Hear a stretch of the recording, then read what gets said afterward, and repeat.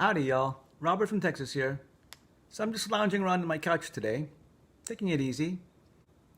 And there's always time for a brain game or two. So let's get into it. Brain games while you're lounging around. So one brain game that you could play while just lounging on the couch is to grab any magazine and just read it upside down. Turn to any article and give it your best shot, reading the words upside down. And you're going to start from right to left like you would normally read. Well, you would normally read from left to right, correct? But you're reading upside down. And give it a shot. And you'll be surprised at how well you can read upside down. It's kind of interesting. But it's still a novelty. Some words are not going to be familiar to you. But give it a shot. You're exercising your brain. And you don't have to do this for the whole article. I basically do this just for 5 minutes every now and then. I don't spend a whole half hour, an hour trying to read a whole magazine this way. That's too torturous. I'll never get to understand anything. But it is something that you can do that's going to be good for your brain. So get a magazine, read it upside down. And what's kind of cool too, if you guys have celebrity gossip magazines, which I don't have any of, sorry, but if you can get one of those magazines and before you read any of the articles, look at any of the pictures, turn that magazine upside down and look at the pictures of the celebrities. Try to figure out who that celebrity is in that picture that you're looking at upside down. That is really, really surprising. Your brain is not used to seeing people upside down, and you'll have a really hard time trying to figure out who that person is in the picture. Give it a shot, you guys. Look at the celebrity magazines upside down. Another game you can play while just lounging on the couch is to picture your room at a different angle. Let's say that your normal orientation is here. You're on the couch, you're watching TV, and this is you standing upright. So what you want to do is, you want to picture the room, in your mind of course, at an angle, where all of a sudden everything is sticking to the walls, but you stay orientated to the floor still. So where the windows are normally, you will be standing on the windows.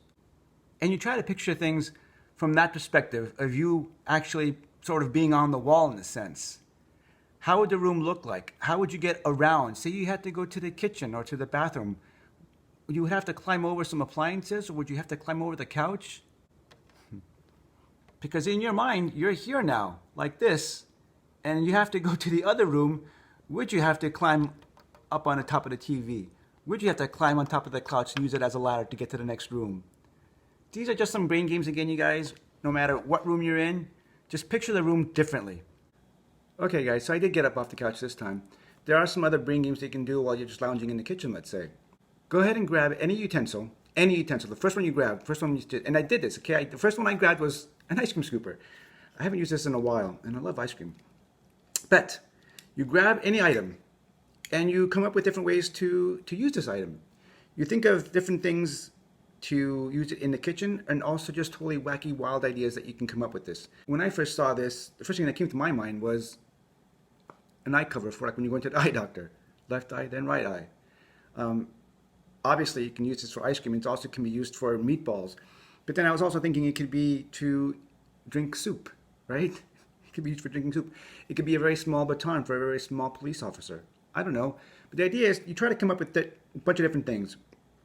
And for a game like this, you don't have to set up a certain amount of time or a certain time of day to do this exercise. Just every now and then when you go in the kitchen and you grab something, just come up with one or two ways to use it differently.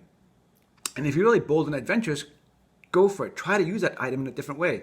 For example, if you happen to grab a spoon by any chance, could you use that spoon to spread peanut butter on your bread?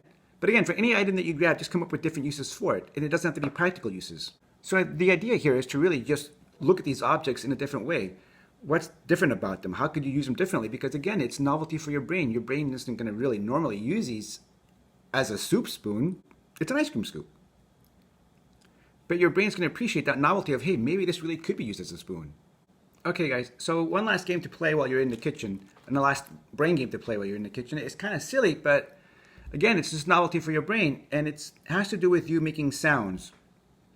Start grabbing whatever. Grab that ice cream scooper, grab anything that you have around you, and start making sounds. And the idea is to try to make a beat.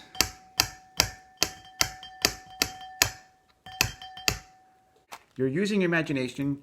You're sitting there, you're trying to make different sounds because Tic Tacs aren't really an instrument, but you're making one out of it. Guys, it may be kind of silly, but again, it's just brain games. It's something that's novel for your brain. You're not going to use an ice cream scooper in the concert hall anywhere. And maybe you might, I don't know. Okay, you guys, I hope you're all having a good day, and I mean that. And we'll talk later. Bye for now.